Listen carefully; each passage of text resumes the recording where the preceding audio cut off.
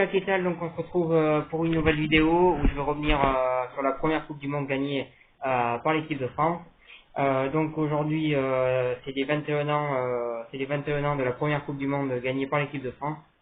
Et je vais un petit peu revenir sur comment qu'ils avaient fait pour gagner. Je sais que vous le savez déjà parce que beaucoup de gens l'ont déjà dit beaucoup de fois, ils l'ont déjà expliqué beaucoup de fois, mais je pense que c'est un sujet qui fait toujours plaisir à réécouter, et c'est avec grand plaisir que moi aussi je vais donner la version de ce qui s'est passé, ma version de ce qui s'est passé pour cette Coupe du Monde là, 21 ans après. Donc à l'époque j'avais un an et demi.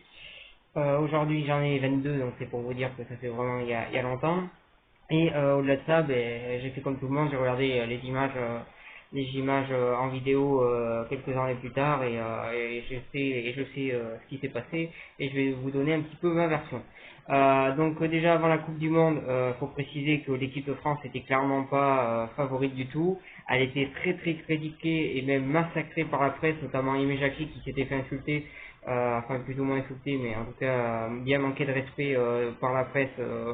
Qui le critiquait notamment sur sa vie privée, et qui avait été très très loin dans les critiques. Quand il a gagné la Coupe du Monde, il a dit j'oublierai jamais ce qui s'est passé. En fait, il l'a dit d'une manière bien plus méchante que moi, donc ça on l'oublie pas. Il était très très critiqué. L'équipe de France avait des résultats plutôt moyens avant la Coupe du Monde, même si c'était que des matchs amicaux. Et globalement, l'équipe de France était très très critiquée. Donc voilà, dans ce contexte-là, il n'y avait pas du tout d'engouement au début de la Coupe du Monde. Il y en a eu après, quand l'équipe de France a commencé à gagner, et notamment quand elle s'est qualifiée pour les demi-finales.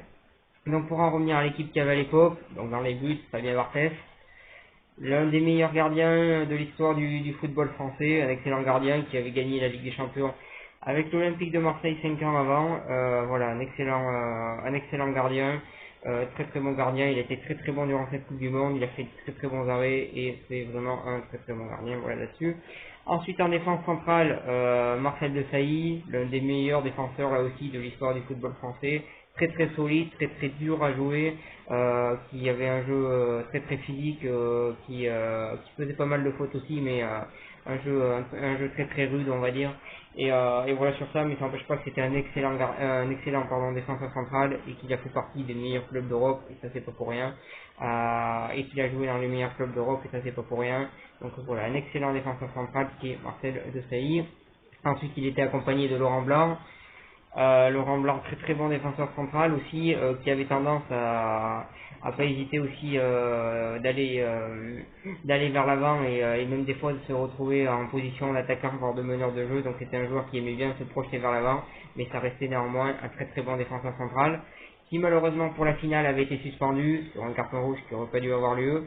C'est donc Le Boeuf qui l'avait remplacé. Le Boeuf, bon défenseur aussi, il a fait une bonne carrière, un style totalement différent de Laurent Blanc, beaucoup plus rugueux on va dire, mais qui quand même durant cette finale de Coupe du Monde avait été juste excellent. Donc voilà, très très bon défenseur aussi Le Boeuf. Ensuite à droite il y avait Thuram, qui d'habitude jouait défenseur central, mais qui là dans cette Coupe du Monde a joué latéral droit, et qui s'est très très bien débrouillé. Voilà sur ça. Ensuite à gauche, Vicente Lizarazu, l'un des meilleurs latéral gauche de l'histoire du football français. Très très bon latéral, qui défensivement défendait très très bien, et même si à l'époque les latéraux montaient moins qu'à l'heure actuelle, qui offensivement, et qu'il en avait l'occasion, apportait aussi des bonnes choses. Donc un très très bon joueur, Vicente Lizarazu. Quand on voit la carrière qu'il a fait avec le Bayern de Munich, c'est en Ligue 1 d'ailleurs. Voilà sur ça. Ensuite au milieu de terrain, donc il y avait Didier Deschamps, un joueur là aussi plutôt rugueux, qui récupérait pas mal de ballons, un joueur plutôt teigneux, qui donnait tout sur le terrain, et qui était très important par ses récupérations de balles notamment. Un très très bon joueur, même s'il avait beaucoup moins de talent que les autres. C'était quelqu'un qui donnait tout sur le terrain, et il a gagné tous les trophées les plus importants du football, et à chaque fois pratiquement il était capitaine, et ça c'est tout sauf un hasard. Donc voilà là-dessus. Ensuite à ses côtés il y avait Carambeu, plutôt bon milieu de terrain aussi, qui a fait une bonne carrière. À ses côtés il y avait également Petit, qui a fait une carrière plutôt honorable, même si selon moi elle est bien inférieure à celle à celle de Deschamps, voire même celle de Carambeu, mais il a fait quand même une bonne carrière, c'est globalement plutôt un bon joueur. Ensuite devant il y avait Djorkaeff, enfin devant Deschamps pardon. Donc il y avait Djorkaeff qui était un très très bon joueur, qui selon moi aurait mérité d'avoir une carrière un petit peu mieux que ça. Il y a eu des hauts et des bas dans sa carrière, mais ça reste néanmoins un joueur, un très très bon joueur qui a fait une très très bonne Coupe du Monde à l'époque. Et c'était un bon joueur, qu'on a un petit peu oublié d'ailleurs je trouve à l'heure actuelle, mais c'était un bon joueur qui est un petit peu passé aux oubliettes bizarrement d'ailleurs. Donc voilà sur ça. Ensuite, bien évidemment à ses côtés il y avait l'inévitable Zinedine Zidane, qui était tout simplement le joueur phare de l'équipe, le meilleur joueur de l'histoire du football français, un excellent numéro 10, un excellent joueur, voilà, rien d'autre à dire. C'était un très très bon joueur. Et en attaque, il y avait je vais y arriver, Guy Varche, qui a marqué 0 but dans cette Coupe du Monde, mais qui selon moi a été important dans le jeu de l'équipe de France. On va dire qu'il était important dans le système de jeu. Malheureusement, il a vendangé aussi beaucoup d'occasions, il n'a pas marqué de but, mais globalement, il a été important dans le style de jeu de l'équipe de France. Et il a été champion du monde en jouant, et pour ça, on peut que le féliciter, même si globalement, c'était clairement sur le papier le moins bon joueur de toute l'équipe de l'équipe de France. Donc voilà sur ça. Ensuite, pour en revenir donc au match, donc il tombe dans un groupe avec l'Afrique du Sud, l'Arabie Saoudite et le Danemark. Début de match qui avait été compliqué face à l'Afrique du Sud. Ils finissent par marquer, notamment grâce à l'ouverture du score de Dugarry, qui marque son seul et unique but de la Coupe du Monde, et qui était à deux doigts de faire un doigt d'honneur aux journalistes, mais il s'est retenu au dernier moment. Donc voilà, victoire face à l'Afrique du Sud. Ça a été compliqué d'ouvrir la marque, mais dès qu'ils l'ont fait, ça s'est plutôt bien passé pour eux. Ensuite, victoire face à l'Arabie Saoudite. Malheureusement, Zidane a fait un geste assez scandaleux, et il s'est pris un carton rouge et s'est fait suspendre 2 matchs, il me semble. Donc voilà sur ça. Ensuite, match contre le Danemark. Ils avaient fait tourner, mais ils avaient quand même gagné. Donc voilà sur ça. Ensuite, huitième de finale face au Paraguay. Le Paraguay qui à l'époque était très dur à jouer, avec une équipe très très défensive et un excellent gardien qui dans ce jour de huitième de finale avait été très très bon. Il avait posé énormément de problèmes aux Français. Les Français qui avaient réussi à marquer seulement en prolongation grâce au but en or.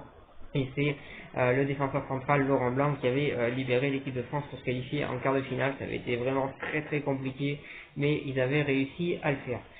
Donc voilà sur ça. Ensuite, quart de finale face à l'Italie. Là aussi ça a été très très tendu. Ça a fini au penalty et la France a gagné au penalty. Voilà, ça a été là aussi très serré. Ensuite, demi-finale contre la surprenante Croatie qui joue sa première Coupe du Monde et qui arrivait déjà en demi-finale. Donc voilà sur ça. Et donc cette équipe de Croatie qui était surprenante et qui avait aussi de très très bons joueurs avait ouvert le score face à la France, et l'équipe de France a gagné grâce à un doublé de Thuram, notamment le deuxième but de Thuram qui était un magnifique but d'attaquant ou de milieu de terrain. Lui qui a pratiquement jamais marqué de but dans sa carrière, il se retrouve à faire un doublé en demi-finale de la Coupe du Monde. Donc ça aussi c'est très très fort, surtout que l'équipe de France avait fini à 10, vu que Laurent Blanc avait été exclu il me semble. Donc voilà sur ça. Ensuite la finale face au Brésil. Là le match avait commencé plutôt bien, vu qu'ils ont marqué avant la 30e minute par un coup franc de Zidane. Zidane qui remarque juste avant la mi-temps, le meilleur moment pour doubler la mise à mon avis.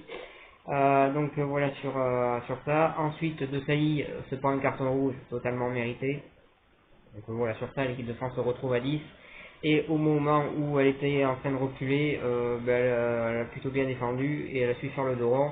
Et elle a réussi en fin de match à marquer sur une contre-attaque un but d'Emmanuel Petit qui fait 3-0 pour l'équipe de France. Donc voilà sur ça.